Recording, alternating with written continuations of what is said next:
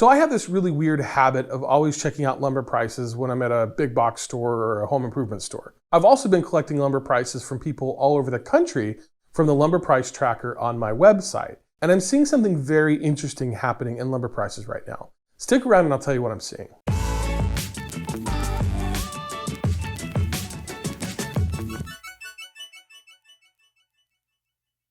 So I track lumber prices pretty close, and I've been doing it for a while now. But the hard thing is there's so many different types of lumber. You've got all different types of sheet goods, all different species of wood, hardwood, softwood, all sorts of things. And so it's hard to really tell what's going on in every case, but I like to use the price of a simple 8-foot 2x4 as a stand-in for most lumber. I also track the price of sheet goods. And again, there's so many different types, it's hard to tell the story for everything, but I do like to use a 3/4 inch 8x4 sheet of OSB as a stand-in for sheet good prices. Now, those aren't perfect stand-ins across all types of lumber, but it can really give us a good idea of what's going on at large. And again, things are happening right now that are very interesting. So let's start with this graph of lumber futures back 2 years to January 2022. Now you can see how high the futures prices were back then. But you can also see this sharp decrease, and you can see that lumber futures prices have been relatively stable for the past few years.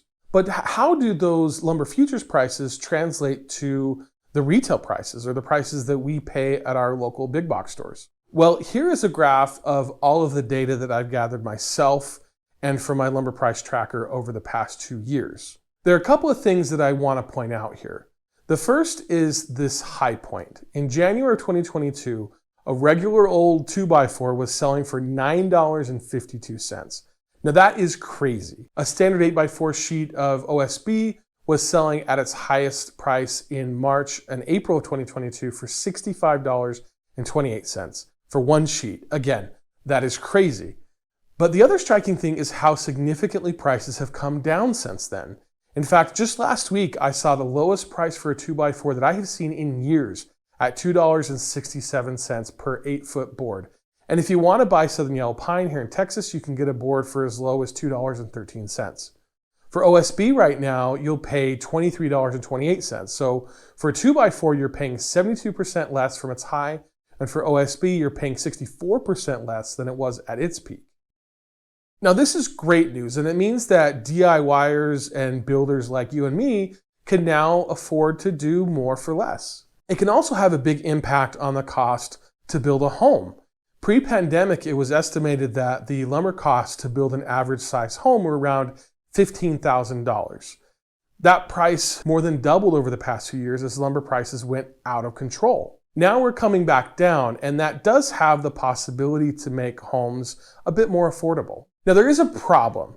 Now it's definitely undisputably good news that lumber prices are down. That's not the problem. The bigger question though is whether any of us can afford to buy lumber even at those lower prices when the price of everything else has gone up like crazy. Inflation has been out of control, and while it is now coming down from what it has really been just crazy over the past few years. In fact, $1 today is only worth 84 cents compared to what it was worth in 2020. Housing costs have also skyrocketed with mortgages and rents going up significantly. Food prices have gone up over 20% since 2020. There just seems to be a lot less money available out there for projects. But I do want to know from you guys how you feel about the economy and lumber prices generally. Are you going to be buying more lumber now that the prices are at their lowest in years? Or are you using that money for other things like, food? Leave me a comment and let me know. I'd be interested to hear what you guys have to say. Now, the other question, and perhaps the more important one, is what happens next? Are these prices going to last? Are they going to come down even further maybe?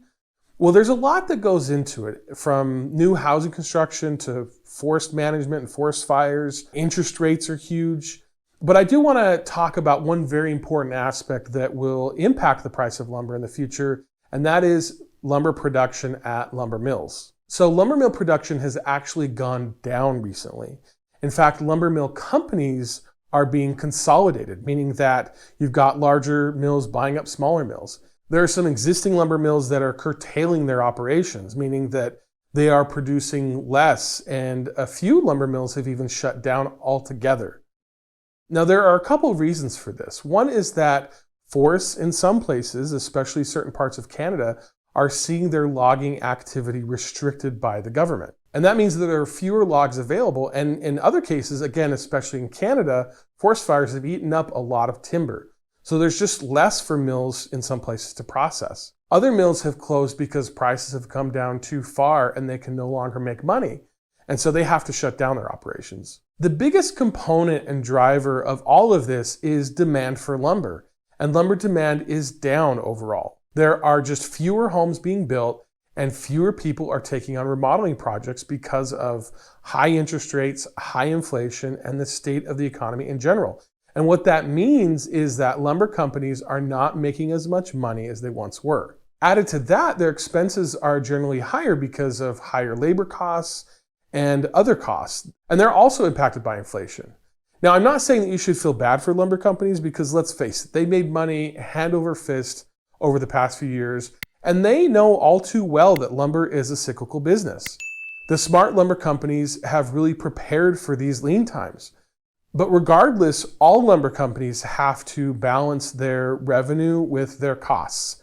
And if their revenues drop too low or if their costs go up too high, then they're not going to be able to stay in business and they're going to have to shut down. There is something built in, however, and that is what is called the invisible hand.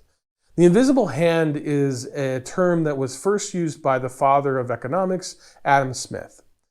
Basically, the invisible hand is all about incentives. It's all about the incentives that free markets create and about the players in those markets who move in to take advantage of those incentives. It also has to do with supply and demand. So I'm going to go back to my old trusty friend, these demand curves, to demonstrate what I'm talking about.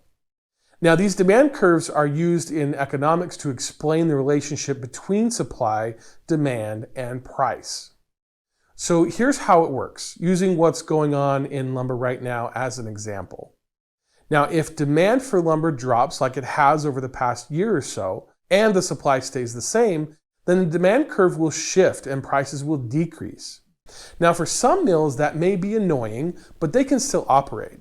Perhaps they have some cash reserves and they think prices may come back up, or they are in a low-cost location, or they have modern equipment that makes them more efficient than their competitors.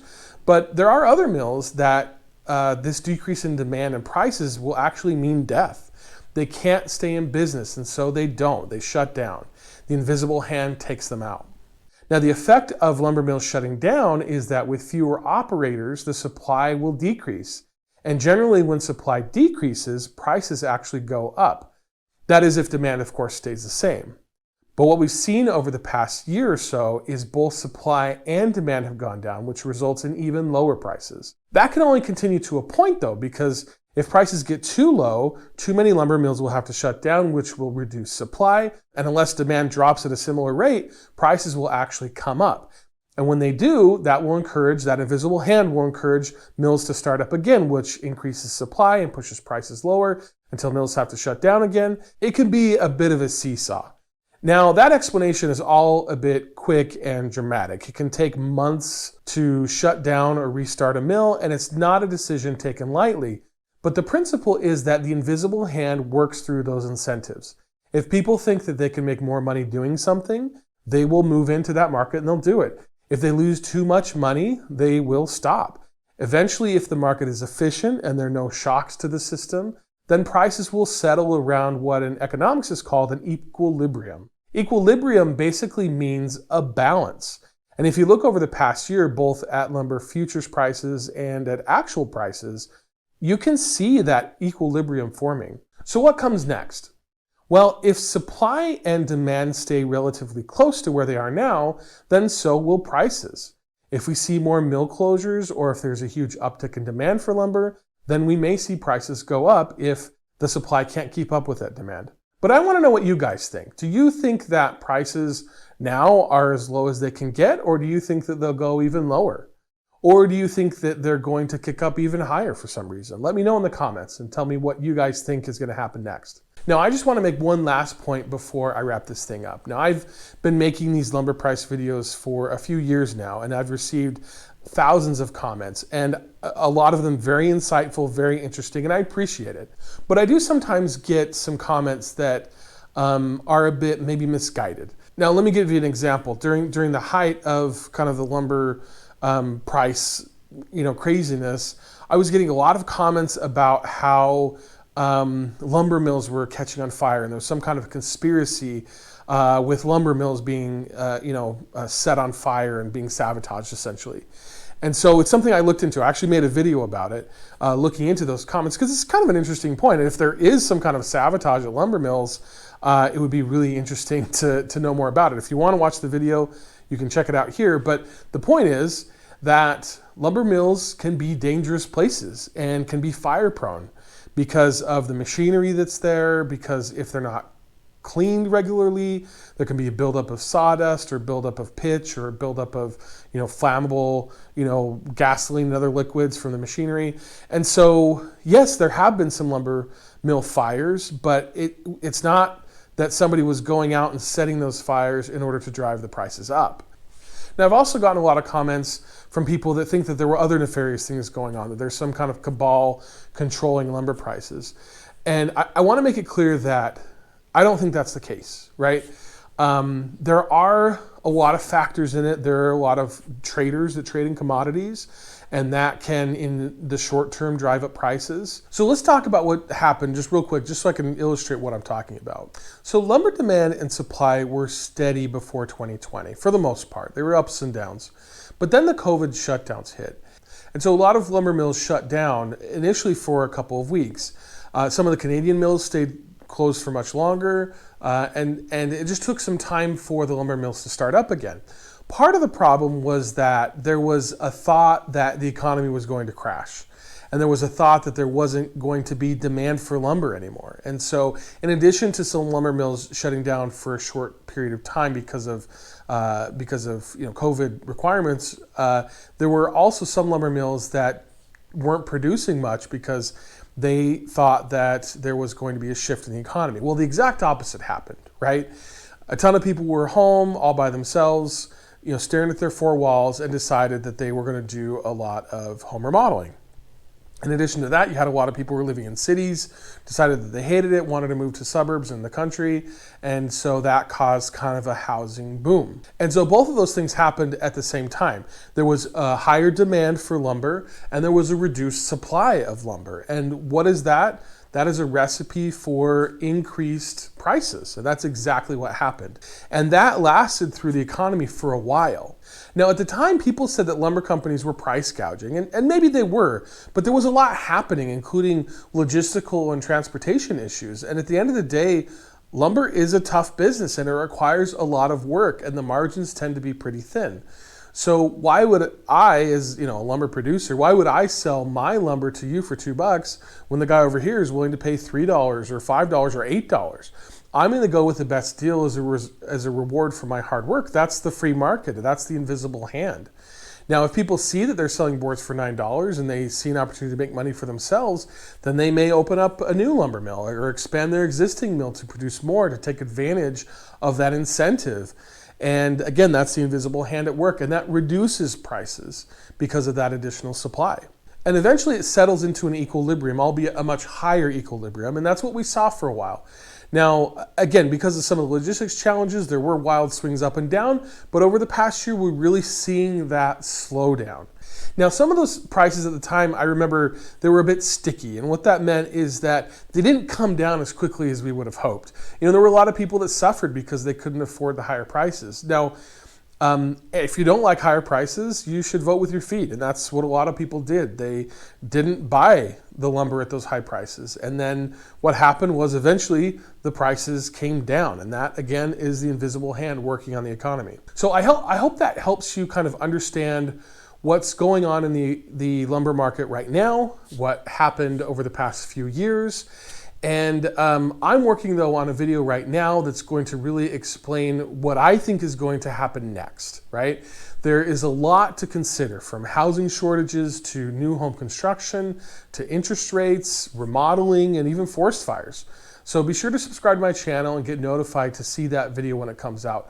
I'll also link it here once it is out, but in the meantime, enjoy one of these other great videos. And be sure to like this video, subscribe to my channel, and I'll see you in the next one.